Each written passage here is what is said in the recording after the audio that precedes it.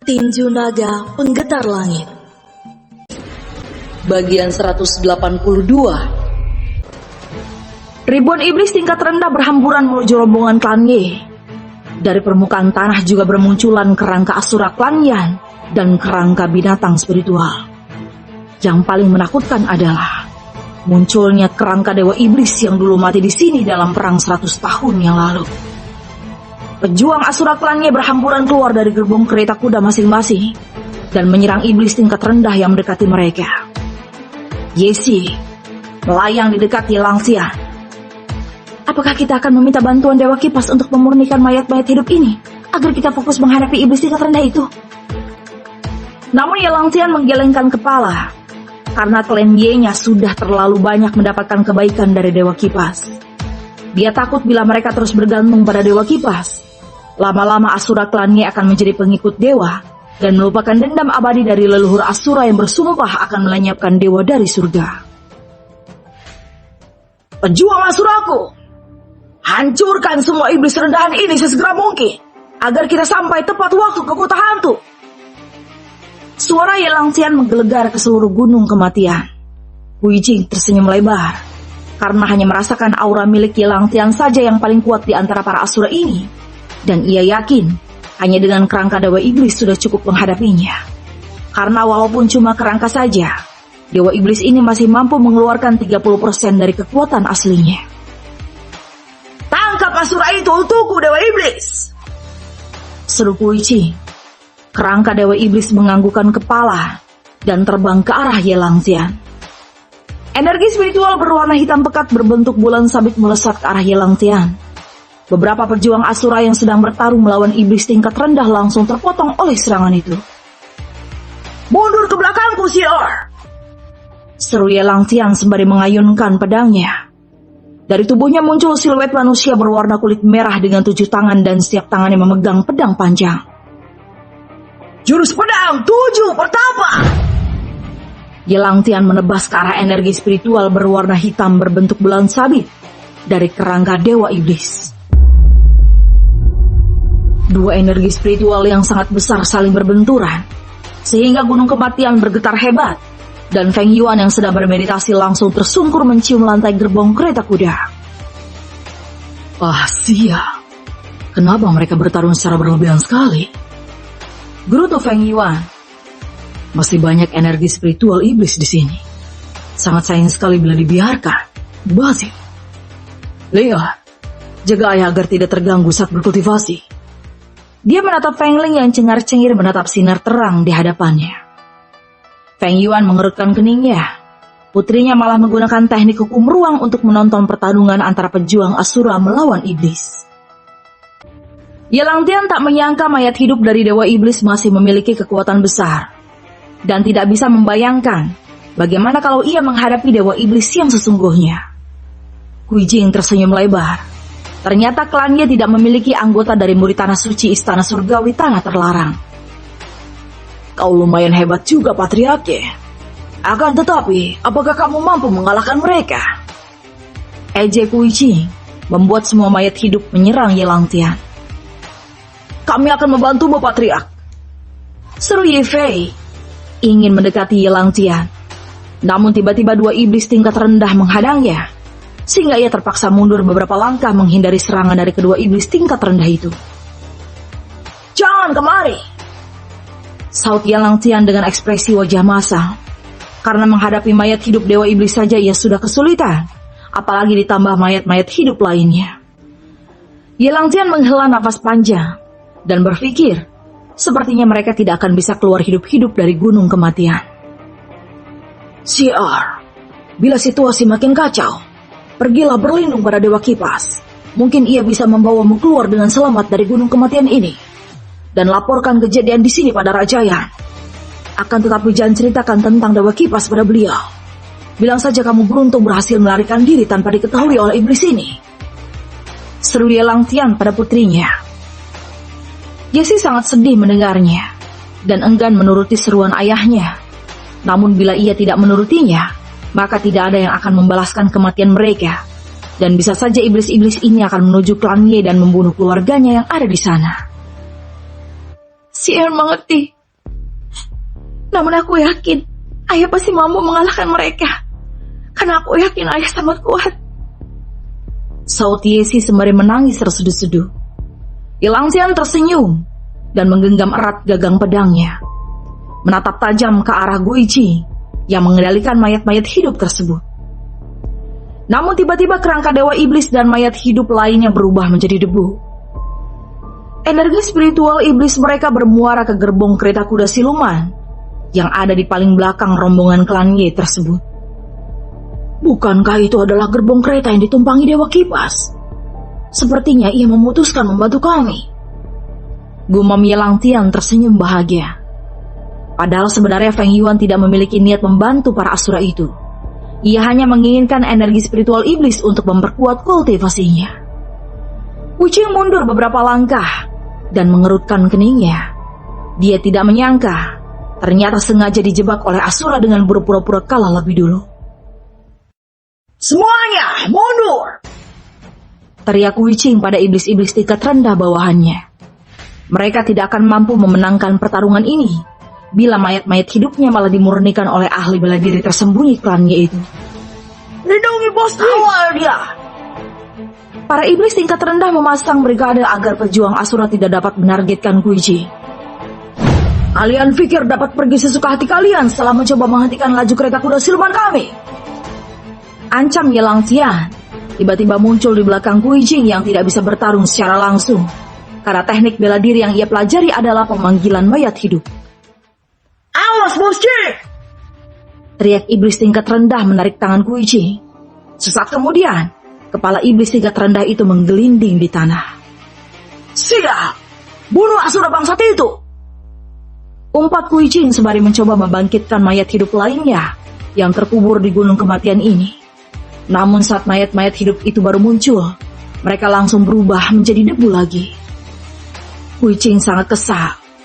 Dia lantas menatap tajam ke arah gerbong kereta kuda siluman rombongan asura klan Ye yang paling belakang. Bunuh asura yang ada di gerbong kereta kuda siluman itu! Seru Guichi. Kini ia tidak peduli lagi apakah akan terbunuh atau tidak, karena yang ia inginkan adalah membunuh asura yang membuat rencana yang telah disusunnya dengan matang itu menjadi hancur lebur. Ribuan iblis tingkat rendah kemudian berduyun-duyun menuju kereta kuda siluman yang dikendalikan oleh Ye Qing tersebut. Ye Qing langsung ketakutan. Kenapa mereka malah terobsesi padaku? Hei! Patriarki Yelangzian! Kami ada di belakang bos kalian! Teriaknya, akan tetapi tidak ada iblis yang mau mendengarkan seruannya. Sial! Dewa Kipas kita akan diterkam ribuan iblis! Ye Qing berteriak histeris. Yelangzian segera mengayunkan pedangnya, sehingga puluhan iblis tingkat rendah langsung terpotong. Namun itu belum sanggup menghentikan laju mereka yang berhamburan ke arah Ye Qing. Para pejuang asura lainnya datang membantu mencegah para iblis tingkat rendah itu agar tidak menyerbu ke arah Ye Qing. Namun para iblis tingkat rendah itu malah menghindar saja tanpa melakukan perlawanan.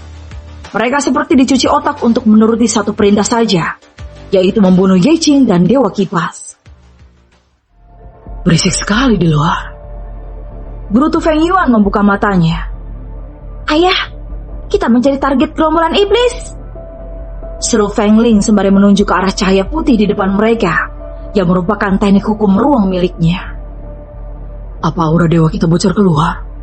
Bukankah sudah ada formasi di gerbong ini, agar aura dewa milik kita tidak bisa dirasakan oleh asura maupun iblis? Feng Yuan bingung, kenapa gerbong kereta kuda siluman mereka yang menjadi target para iblis itu. Apa yang akan kita lakukan? Mereka tinggal satu langkah lagi akan mencapai Ye Qing. Desak Feng Lei, yang sebenarnya ingin bertarung juga. Tangannya sudah gatal ingin menampar para iblis itu. Apa boleh buat? Sepertinya dewa ini akan menunjukkan belas kasihnya. Saut Feng Yuan sembari menjentikan jari tangannya. Energi spiritual api Phoenix mengalir ke dalam sinar terang dari teknik hukum ruang Feng Lei. Dan niat pedang api berjumlah ribuan melesat ke arah gerombolan iblis tingkat rendah itu. Dalam sekejap, ribuan iblis tingkat rendah langsung dimusnahkan, sehingga pejuang asura klan Ye tercengang. Hebat sekali, Dewa Kipas membunuh mereka tanpa keluar dari gerbong kereta kuda siluman. Ye Qing takjub. Ye Fei mengepalkan tangannya. Ternyata kekuatan Dewa Kipas sangat mengerikan. Untung saja saat di arena pertarungan, Dewa Kipas saat itu tidak bertarung dengan serius. Kalau sempat ia tersinggung oleh ejekan mereka, maka semua pemuda Asura pasti telah dimusnahkan seperti iblis tingkat rendah itu. Kamu hebat sekali, Ayah. Sudah seperti dewa yang sesungguhnya saja. Mata Feng Ling berbinar-binar menatap Feng Yuan. Itu hanya iblis tingkat rendah saja. Sedangkan iblis terkuatnya sudah dibunuh lebih dulu oleh pejuang Asura itu. Saut Feng Yuan yang santai. Karena dewa iblis tingkat rendah saja ia kalahkan saat di dunia Tianwu. Apalagi cuma iblis yang belum menyandang gelar dewa iblis. Tentu mereka jauh lebih lemah, sehingga dirinya tidak perlu mengerahkan kekuatan penuh dalam menghadapi mereka. Jangan ganggu aku lagi dengan masalah sepele seperti ini. Biarkan saja pejuang Asura itu yang menuntaskannya. Ingat, kamu tidak boleh menarik perhatian dan tetap bersikap rendah hati. Namun Feng Ling malah menutup telinganya, karena ia sudah bosan mendengar nasihat seperti itu, yang terus diulang-ulang oleh ayahnya. Ye Qing menangkupkan tinju. Terima kasih Dewa Kipas telah membantu kau. Lanjutkan saja perjalanannya. Ini hanyalah masalah kecil yang tak perlu dibesar-besarkan. Feng Ling langsung menyela ucapan Ye Qing. Baik Dewi Ling, Sahut Ye Qing. ternyata tadi itu adalah serangan dari Dewi Ling. Dia hebat sekali. Gumamnya. Ye Qing segera memberitahu pejuang Asura lain agar tidak membuat keributan di dekat gerbong kereta kuda siluman yang ditumpangi oleh Dewa Kipas dan Dewi Ling.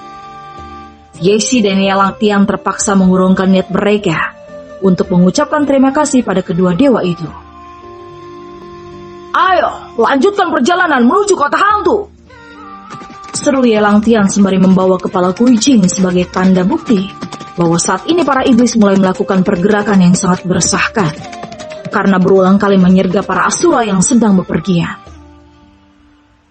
Dunia kecil di dalam dantian milik Feng Yuan bertambah luas dan memiliki energi spiritual yang sangat padat. Roh bela diri Phoenix kini bertambah besar lagi. Mungkin saat ia dijadikan tumbal lagi oleh Feng Yuan, maka dirinya tak perlu lagi ketakutan. Dia cukup percaya diri mampu melawan dewa iblis tingkat rendah. Apakah kekuatan Tuan Feng kini telah melewati kekuatan Tuan saat masih menjadi dewa tingkat rendah? Roh bela diri Phoenix bertanya pada Feng Yuan. Aku rasa iya. Namun, entahlah, kekuatan itu hanya bisa diukur saat melawan musuh. Akan tetapi dengan energi spiritual yang sangat berlimpah ini, mungkin aku bisa bertarung 100 tahun tanpa berhenti.